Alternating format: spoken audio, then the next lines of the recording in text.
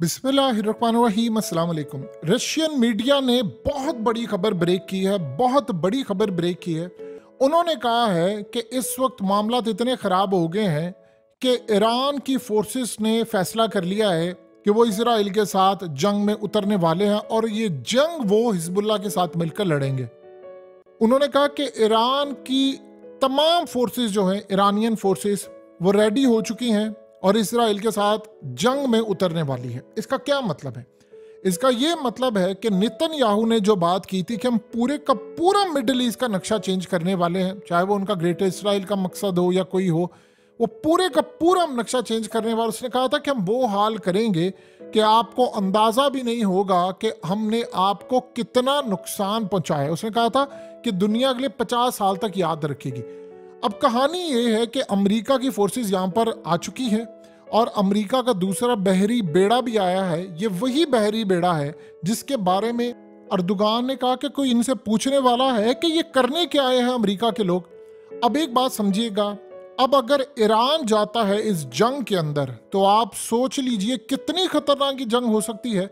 इसका अंदाजा आप यहाँ से लगा सकते हैं कि इस गजा के अंदर इतनी खौफनाक सूरत हाल है कि बिल्डिंग्स मस्मार हो चुकी हैं। गम और खौफ ने हालत ये कर दी है, तमाम इमारतें ज़मीन बोस हो रही हैं, बाजार सारे वीरान हो रहे हैं, आसमान से मौत बरस रही है। आप बताइए, जब आसमान से मौत बरस रही हो तो आप कहाँ पर जाकर छुप सकते हैं?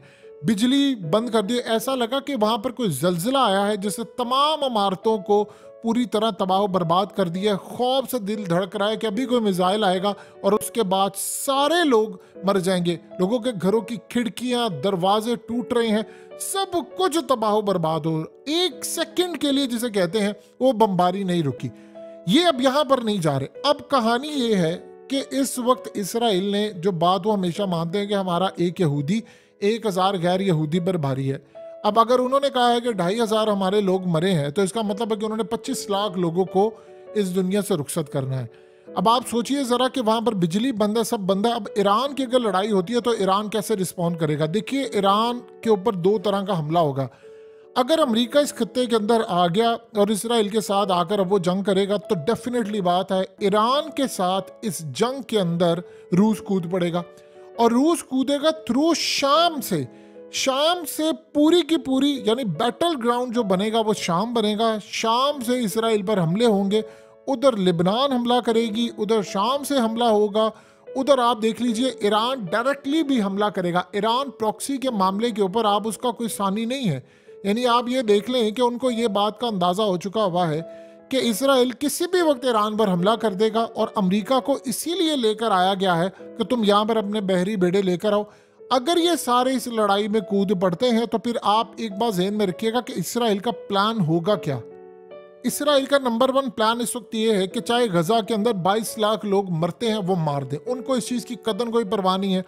वो इतनी बमबारी के वहां पर फलस्तीन के लोग कह रहे हैं गजा के अंदर कि 1 सेकंड के लिए भी बमबारी नहीं रुकी। मीडिया को जाने की इजाजत थी, बिजली बंद, वहां का सारा निजाम धर्म भरम हुआ पड़ा, बिजली से लेकर तमाम चीजें बंद, मुकम्मल तौर पर ब्लैकआउट है। वहां पर ना इंटरनेट चल रहा है, ना वहां बिजली है, ना खाने पीने का सामान है। अस्पतालों के अंदर 2000 बेड की गुंजाइश थी, हजारों मरीज आ रहे हैं, लाखों की तादाद में बेघर हैं। यानी आप सोच भी नहीं सकते कि सिर्फ वो आसमान से जो उतरने वाली मौत है उसका इंतजार करें। इसराइल का प्लान ये है कि पूरे गजा को खत्म करके मैं उस पर कब्जा करूं। अब आपको ये बात समझ आई है कि कैसे हमास के जो पैराग्लाइडर्स आ रहे थे, जो मिसाइल आ रहे हैं, जो वहां पर वो एंट्री कर रहे हैं, वो क्यों इसराइल ने नहीं रोके? क्योंकि वो चाह रहे थे कि हमारे ऊपर 2-4 बंदे हमारे मरे या 2-4 हज़ार मर जाएं तो उसके बाद हमें एक जवाब मिले, हम जाकर फतह करें। अब गजा को उन्होंने फतह किया। जो प्लान वो कर रहे हैं कि ये फतह की शुरुआत है, यानी वहां पर बमबारी कर रहे हैं, लोगों को मार रहे हैं और कह रहे हैं कि हम लंबी जंग लड़ेंगे। उन्होंने पहले बता दिया अमेरिका को कि ये जंग बड़ी लंबी होने वाली है, जिससे यूक्रेन की जंग लंबी है। उसके बाद नेक्स्ट उनका प्लान ये होगा कि हमने वेस्ट बैंक को फतह करना है, शाम के ऊपर हमला करेंगे, फिर उसके बाद लिबनान पर हमला करेंगे और वहां से फिर वो किसी ना किसी तरह पर उनके F-35 वो जाकर कोशिश करेंगे कि हम ईरान के ऊपर हमला करके आए। अगर उनके F-35 गए ईरान के ऊपर हमला करने के लिए तो बस फिर आप ये समझ लीजिएगा कि ये पूरा का पूरा खित्ता, जो अर्दोगान ने कल बात कही है, उन्होंने कहा कि पूरे खित्ते को खून में नहलाने का प्लान है पूरे, यानी ये कोशिश करेंगे, जिस तरह नेतन्याहू ने कहा कि हम मिडिल ईस्ट को पूरा बदलेंगे। अब आप सोचिए ज़रा, ईरान के साथ अगर ये लड़ाई शुरू हो गई तो उसके बाद आप सोच सकते हैं कि वो रुकेंगे? वो तो इंतज़ार में बैठे हुए हैं, वो मिसाइल तो चलाएंगे, लेकिन वो फिर हिजबुल्लाह को सपोर्ट करेंगे, वो डायरेक्टली फिर सपोर्ट करेंगे, उनके हथियार, मिसाइल, सब कुछ। और जाहिर सी बात है, इसमें कूदेगा फिर रूस। रूस असल में ईरान को देगा सपोर्ट, लॉजिस्टिक, हथियार, तमाम चीज़ें। उधर रमज़ान कादरेफ अपने तमाम चेचनियन फोर्सेस को लेकर पहुंच जाएगा, वहां से वो शाम के अंदर दाखिल होंगे, शाम से वहां पर लड़ाई होगी। और ये एक अजीबो गरीब, यानी एक तीसरी जंग अजीम का जो पूरे का पूरा नक्शा होता है, वो हमें बनता हुआ नजर आएगा। यानी आप देख लें, ईरान भी लड़ाई में कूद पड़ेगा, वहां से वो मिसाइल फायर करेंगे। उधर फिर इराक के अंदर भी, जो आप जानते हैं कि कल बुलाया था इराक के प्राइम मिनिस्टर को पुतिन ने, और वहां पर यही बात की थी कि आपकी सरजमीन से हम यहाँ पर लड़ाई करेंगे, वो तैयार है पूरी तरह। फिर शाम में भी ये सूरत हाल होगी। तो आप बताइए, क्या ये तीसरी जंग अजीम का नक्शा नहीं बन रहा तो और क्या बन रहा है? सिर्फ और सिर्फ वजह जो है लड़ाई की, वो एक ही वजह है, और वो है लैंड पर कब्जा करना है, यानी लैंड पर कब्जा करना है, इसके अलावा कोई वजह नहीं। अब वो असल में चाह रहे हैं कि हम पूरी तरह फ़लस्तीन को फतह इस दफ़ा कर लें। अगर हमने फ़लस्तीन को इस दफ़ा फतह कर लिया तो फिर यही वो वक्त है कि हम उसके बाद मस्जिद अक्सा पर हमला करके वहाँ पर थर्ड टेम्पल की बुनियाद रख देंगे। देखिए, एक दफ़ा ज़हन में रखिएगा, आप जब एक दफ़ा तीसरी जंग अजीम शुरू हो जाती है, फिर ये नहीं कोई देखता कौन सा लैंड या किसकी सूरत हाल क्या हुई है। मुस्लिम ममालिक को अपने आप को पेश करना पड़ेगा और एक डायरेक्शन लेनी पड़ेगी। अभी तक ओआईसी का इजलास नहीं हुआ। इस ओआईसी के इजलास के अंदर हमें यह देखना है कि भाई क्या चीज़ फाइनलाइज होती है, क्योंकि आप ये देखें कि इसराइल ने कहा है कि उन्होंने वाइप आउट कर देना पूरे का पूरा गजा। देखिए, उन्होंने यहाँ पर दो कंडीशन रख दी हैं गजा के लोगों के लिए कि आप या तो हमारे आने वाली जो मौत है या बमबारी है उसके मिसाइल तले मरे, क्योंकि फास्ट फोर्स जो बम है इस वक्त वो इसराइल ने चलाने शुरू कर दिए, और वो जरा चंद सेकंड के लिए, सिर्फ चंद सेकंड के लिए आपकी जिल्द के करीब से भी जाएंगे तो आपकी हड्डियां गाल देता है। अक़वाम मुत्तहिदा के 9 बंदे मार दिए, और सारे कह रहे हैं इसराइल को कि तुम लोग ये रोको, ये सारा जो मामला है, तुम ये जो फास्ट फूड बम चला रहे हो। वो किसी की नहीं सुन रहा। वो कहता जी मैंने तो नहीं सुना, मैंने तो इनका सफाया करना है। उधर वो जा नहीं रहे लोग, इधर से फिर उसके बाद आप ये देखिए कि ईरान और जब इस मामले के अंदर रूस कूदेंगे तो फिर किस तरह की सूरत हाल होगी। फिर चाइना को भी स्टांस लेना पड़ेगा। अभी तो चाइना ने ये पोजीशन ली है कि वो कह रहे हैं कि अच्छा जी हम लोग इसमें देखते हैं, आप इसको पीछे करें, मामला तय करें, यानी इस तरह के कुछ मामला वो पूरी तरह देखते हैं।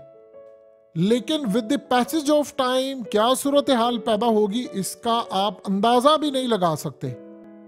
यानी वक्तन फवक्तन जो सूरत हाल पैदा हो रही है वो डे बाय डे बदलती जा रही है। अब अमेरिका यहाँ पर ये कहेगा कि नेटो को कि तुम आओ, क्योंकि मैं वहां पर जंग में उसके इत्तेहादी बन गया हूं, तो नेटो के सारे ममालिक आएंगे। उधर आप देखिए फिर अर्दोगान के लिए पोजीशन लेना, उसने भी एक पोजीशन लेनी है। वो क्या करेंगे, क्योंकि उधर उन्होंने कहा कि इन्होंने हमारे खिलाफ हमारे तैयारों को गिराया है, हमारे तमाम चीज़ों को गिराया, भी हालिया ड्रोन को गिराया है। तो वो कह रहे हैं कि इस सूरत हाल में बताएं क्या हम अमेरिका के तहदी हैं, हम इलाए हैं इनके, अगर हम इनके नेटो के अंदर इलाए हैं तो ये हम पर जुल्म क्यों कर रहे हैं। वो बार बार कह रहे हैं कि अमेरिका का काम क्या है यहाँ पर। जिस तरह पुतिन ने कहा है कि अमेरिका को तो एक सोल्यूशन देना चाहिए था, लेकिन वो अगर इसराइल के साथ खड़ा हो गया, इसराइल चौड़ा हो गया। असल में प्लान ही उनका ये था कि हमने ये इलाकों को फतह करना है।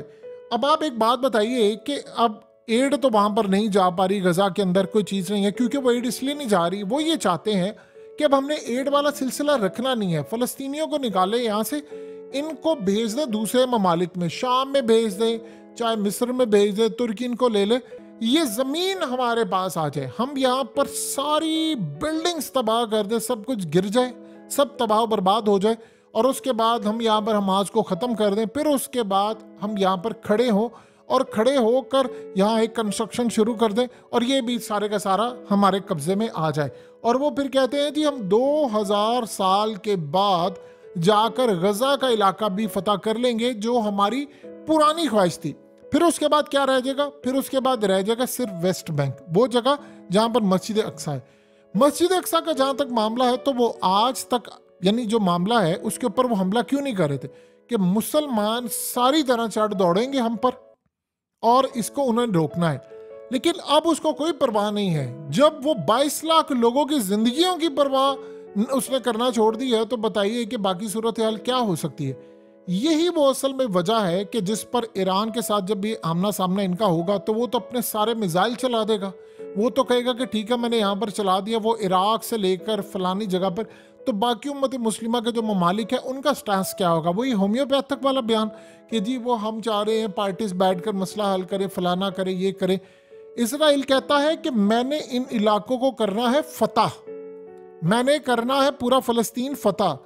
यहां से आप अपने ये लोग लेकर निकल जाएं, ये सारा कुछ हमने ले लेना है। अगर इस बात पर कोई राजी है तो हम जंग बंदी कर देंगे, अदरवाइज नहीं। आप ये सोचिए कि दुनिया का मीडिया क्या कोई ये चीज डिस्कस कर रहा है कि जब हमास रॉकेट मार रहा था या उनके लोग मार रहे थे, ये सारी सूरत हाल थी, तो फिर इसराइल की फोर्सेस ने उनको रोका क्यों नहीं? वो रोक क्यों नहीं पा रहे थे? क्या ऐसी सूरत हाल होगी कि उनकी टेक्नोलॉजी इतनी सारी फेल होगी? वो फेल नहीं हुई। वो असल में खुद चाह रहे थे कि ये सारे का सारा मामला हम पर हमला हो जाए ताकि हम उसके बाद इन पर चढ़ दौड़े। अब वो उन्होंने अचीव कर लिया, तो अगला टारगेट उनका क्या है? अगला टारगेट उनका ये है कि गजा को क्लीन कर लें, गजा के ऊपर कब्जा कर लें। और इनको एड वो इसलिए नहीं आने दे रहा कि अगर इनको एड आती है, बाहर से मदद आती है, मेडिसिन आती है, वो चाहते हैं कि यहाँ के जो लोग हैं उनके ऊपर हम इतना ज्यादा हमला करें कि वो खुद ही यहाँ से छोड़कर चले जाएं, किसी और मुल्क में चले जाएं। इवन के एक और भी इसराइली इस वक्त उनके जो खासतौर पर लीडरान हैं, वो क्या बात कह रहे हैं? वो कहते हैं लोगों को, वो कहते हैं कि जी कुछ वक्त के लिए फलस्तीनी ये गजा खाली कर दें, हम हमास से लड़ लें, तो बेशक बाद में भी आ जाए। कुछ लोगों ने यहाँ तक बात की। उसका क्या मतलब है? एक दफा इन्होंने निकाल दिया, वापिस आने देंगे? बताइए। फिर वो कहेंगे जी नहीं, अब इस लैंड में इनकी गुंजाइश नहीं है। लोग ये समझ रहे हैं जी फलस्तीन पूरे का पूरा हाथ से निकल जाएगा तो मुस्लिम फोर्सेस क्या करेंगी? वही करेंगी जो 75 साल से वो करती आ रहे, खामोशी, 2-4 बयानात, इससे ज्यादा तो कुछ नहीं होगा। इस वक्त मस्जिद अक्सा खतरे में है बहुत ज्यादा, क्योंकि एक रेजिस्टेंस सिर्फ हमेशा से आती रहती है, और वो आती है हमास की जानिब से या लिबनान की जानिब से, और अब ईरान की जानिब से आती है। अगर वो रेजिस्टेंस भी ख़त्म हो जाती है तो बताइए क्या सूरत हाल होगी? मोहम्मद बिन सलमान ने इसीलिए तो फ़लस्तीनियों को जो हमायत का ऐलान करते दिखाया है कि हम आपके साथ खड़े हैं। तो इस सारी सूरत हाल में एक बड़ा लाए हमल तय होना चाहिए, वरना आप ये देखिए एक एक करके आज अमरीका खड़ा हुआ है फ़लस्तीन के मामले पर इनके साथ, तो बताइए क्या कल को वो बाकी ममालिक के खिलाफ खड़ा नहीं होगा? यही अमेरिका था, इसकी जरूरत नहीं पड़ी थी यूक्रेन के अंदर जाकर वो उस तरह अपनी फौजें उतारे यहाँ पर, चूंकि उनको पता है कि उनके पास कुछ करने के लिए है नहीं। इसराइल की इतनी तगड़ी फोर्स है, इतनी तगड़ी फोर्स है कि 75 सालों से सारी दुनिया, सारे ममालिक मिलकर उसका बाल भी बाका नहीं कर सके। तो बताइए जब वो टेक्नोलॉजी में इस वक्त उरूज पर है, उसका कोई मदे मुकाबिल नहीं है, कोई उसको हरा नहीं सकता, उसकी टेक्नोलॉजी को कोई चैलेंज नहीं कर सकता, तो कैसे उसकी फोर्सेस सारी फेल हो गई हैं? 3.5 लाख के करीब इसराइल के जो फौजी नए आए हैं, ये जो रिजर्व फोर्सेस थी, उनको उन्होंने वर्दियां, हथियार, तमाम चीज़ें दे दी हैं और जंग में उतार दिया है कि अब आपने इलाके वापस लेने की ये जंग लड़नी है। तो आप ये सोचिए कि इसके बाद वो मस्जिद अक्सा, वो असल में इस दफ़ा पूरा मलिया मेड करना चाहता है। वो चाहता है कि जंग छिड़ जाए, ईरान भी इसमें आ जाए, बाकी सारे आ जाए, अमेरिका इसमें कूद पड़े, यूरोप भी इसमें कूद पड़े। ये सारे ममालिक जब कूद पड़ेंगे तो मैं उतनी देर में गजा को फतह करूंगा, मैं वेस्ट बैंक को फतह करूंगा, मस्जिद अक्सा को टेक ओवर कर लूंगा पूरे का पूरा, और इनको कहूंगा तुम यहाँ से निकल जाओ, हिजरत करके दूसरे इलाकों में चले जाओ। ये अब तक की उनकी स्ट्रेटजी है। और ईरान के साथ ये जंग हुई तो फिर ये समझिए कि तीसरी जंग अजीम ही होगी, क्योंकि इसमें फिर रूस भी कूदेगा, अमेरिका कूदेगा, मुस्लिम ममालिक कूदेंगे, चाइना को भी इसमें कूदना पड़ेगा। और ये जंग ख़त्म नहीं होने वाली, ये बड़ी लंबी जंग है। और इस सूरत हाल में जितना मुसलमानों का नुकसान हो रहा है, इसकी इंतहा नहीं है।